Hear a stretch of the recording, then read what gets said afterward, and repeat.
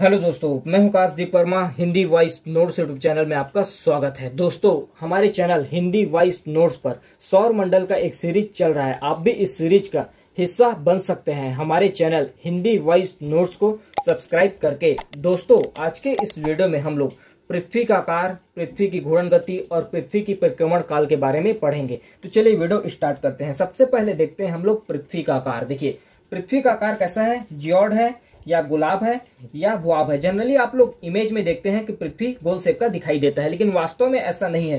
पृथ्वी का आकार कहीं से उभरा हुआ है और कहीं से चपटा हुआ है। अगर आप भूमध्य रेखा की ओर जाते हैं तो पृथ्वी वहां से उभरा हुआ है, और जब आप ध्रुवों की ओर जाते हैं तो पृथ्वी वहां से चपटा हुआ है। लेकिन इसको एक राउंड फिगर शेप में यह मान लिया जाता है कि पृथ्वी गोल है, लेकिन वास्तव में पृथ्वी गोल नहीं है। पृथ्वी का आकार जियोड है, कहीं से उभरा हुआ है और कहीं से चपटा हुआ है। ठीक है, देखिए, आप जानते हैं कि पृथ्वी अपने अक्ष पर 23 अंश झुका हुआ है। देखिए, ये एक लंब है और यहाँ से पृथ्वी 23.5 अंश के कोण पर झुका हुआ है। तो पृथ्वी का नॉर्थ पोल यहाँ पर है और साउथ पोल यहाँ पर है। अगर झुका हुआ नहीं रहता पृथ्वी, तो पृथ्वी का नॉर्थ पोल यहाँ पर होता और साउथ पोल यहाँ होता। जबकि झुके हुए के कारण पृथ्वी के अपने अक्ष पर 23.5 अंश के कोण पर झुके हुए के कारण पृथ्वी का नॉर्थ पोल यहाँ पर है और साउथ पोल यहाँ पर है। देखिए, ये है हम लोगों का कर्क रेखा, ये है विषुवत रेखा या भूमध्य रेखा, ये है मकर रेखा। और पृथ्वी कक्षा तल से 66.5 अंश का कोण बनाती है। देखिए, यह कक्षा तल और यहाँ से पृथ्वी 66.5 अंश का कोण यहाँ से बनाती है। देखिए, पृथ्वी का आयु है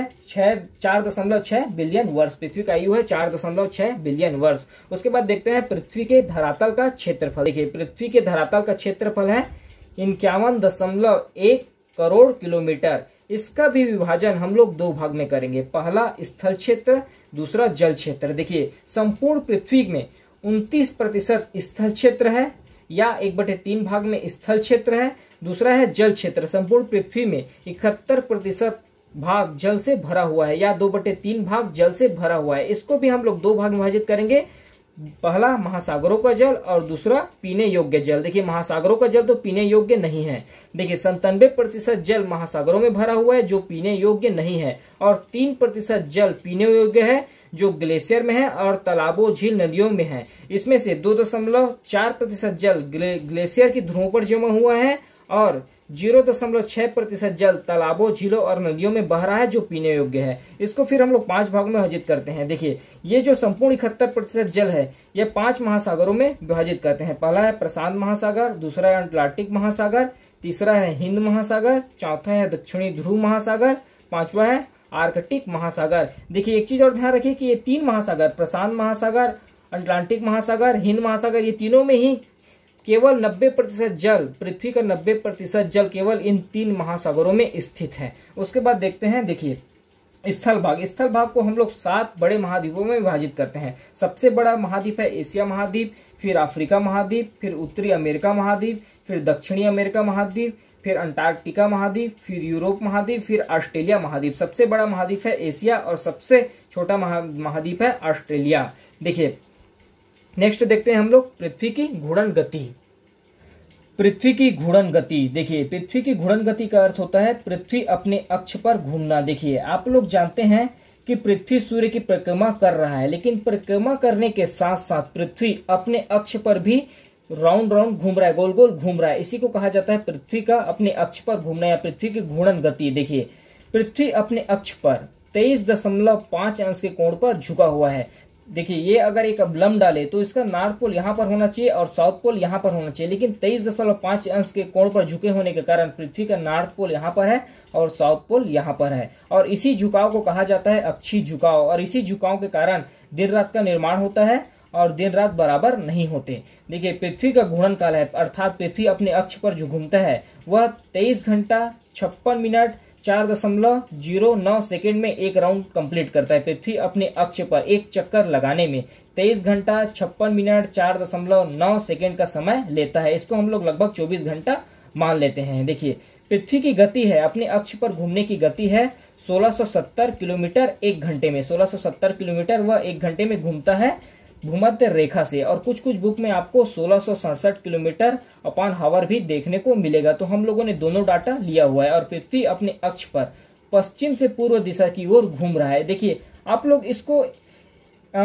एक सिक्के की तरह ना सोचिए, इसको सोचिए आप लोग एक बॉल की तरह। तब आपको ज्यादा अच्छा से समझ में आएगा। उसके बाद देखते हैं प्रदीप्तिवृत्त। प्रदीप्तिवृत्त एक ऐसी रेखा है जो दिन रात का विभाजन करती है, एक काल्पनिक रेखा है जो दिन रात का विभाजन करती है। देखिए यहाँ पर खींचा हुआ मैं प्रदीप्तिवृत्त, और यही एक काल्पनिक वृत्त है जो दिन रात का विभाजन करती है। देखिए यहाँ पर है सूर्य, और सूर्य का प्रकाश इधर से पृथ्वी की ओर पड़ रहा है, तो ये वाले एरिया में हो जाएगा हम लोगों का दिन, और पीछे वाले एरिया में हो जाएगा रात। तो एक काल्पनिक रेखा है, एक बॉल के ऊपर एक काल्पनिक रेखा है, इसको आप लोग बॉल की तरह समझिए। ये काल्पनिक रेखा है, काल्पनिक वृत्त है जो दिन रात का विभाजन करती है। देखिए उसके बाद देखते हैं हम लोग पृथ्वी की घूर्णन गति के कारण दिन रात का निर्माण और ऋतु परिवर्तन होता है। पृथ्वी की घूर्णन गति के कारण दिन रात का निर्माण और ऋतु परिवर्तन होता है, और इसी को कहा जाता है दैनिक गति या आवर्तन गति। देखिए पृथ्वी के घूमने के कारण एक बल का निर्माण होता है जिसको कहा जाता है कोरियोलिस बल। कोरियोलिस बल, ये एक बल बाहर की ओर लगता है और एक बल अंदर की ओर लगता है। इसी के कारण पृथ्वी को घूर्णन करने में मदद होती है, गोल गोल घूमने में मदद मिलता है। देखिए इसका मान विषुवत रेखा पर शून्य होता है, इसका मान विषुवत रेखा पर शून्य होता है, जबकि जब हम लोग ध्रुवों की ओर बढ़ते हैं तो इसका मान में बढ़ोतरी होती है। देखिए कोरियस बल का मान ध्रुवों पर शून्य होता है, जबकि ध्रुवों की ओर बढ़ने पर इस बल का मान बढ़ने लगता है, अर्थात सबसे ज्यादा जो बल लगेगा कोरियोलिस बल वह ध्रुव पर लगेगा, और इसी बल के कारण चक्रवात का निर्माण भी इसी बल के कारण होता है। फिर पृथ्वी की परिक्रमण गति। देखिए आप लोग जानते हैं कि सूर्य स्थित है और पृथ्वी सूर्य की परिक्रमा कर रहा है। पृथ्वी को सूर्य की परिक्रमा करने में 365 दिन 5 घंटा 48 मिनट और 46 सेकंड का समय लगता है। पृथ्वी को सूर्य का एक चक्कर लगाने में 365 दिन 5 घंटा 48 मिनट और 46 सेकंड का समय लगता है। लगभग इसको मानते हैं हम लोग 365 दिन 6 घंटा, और यही 6 घंटा 4 साल में 6 चौक 24, तो यही 6 घंटा 4 साल में हो जाएगा एक दिन, और इसी एक दिन को हम लोग फरवरी में एडजस्ट करते हैं। इसी कारण 4 साल में एक बार फरवरी होता है 29 दिन का।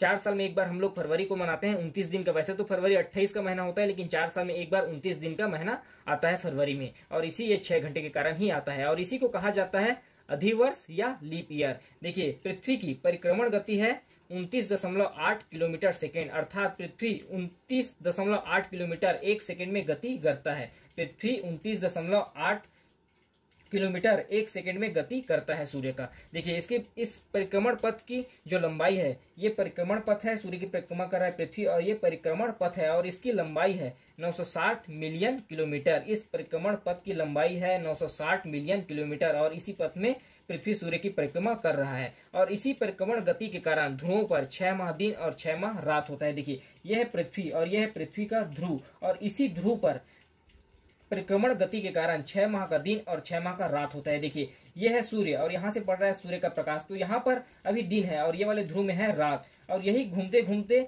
यहाँ पर आएगा 6 महीने में, तो ये जो ऊपर वाला हिस्सा है वो आ जाएगा नीचे, तो यहाँ पर हो जाएगा दिन और नीचे वाले हिस्से में हो जाएगा रात। ठीक है, तो इसी परिक्रमण गति के कारण 6 महीने दिन होता है और 6 महीने रात होता है, और इसी परिक्रमण गति के कारण मौसम का परिवर्तन होना और दिन रात का छोटा बड़ा होना इसी परिक्रमण गति के कारण होता है। पृथ्वी के परिक्रमण गति के कारण ही मौसम का परिवर्तन और दिन रात का छोटा बड़ा होना होता है। फिर नेक्स्ट पार्ट में और हम लोग पृथ्वी की गतियों से संबंधित इंफॉर्मेशन पढ़ेंगे। अभी के लिए इतना ही, धन्यवाद।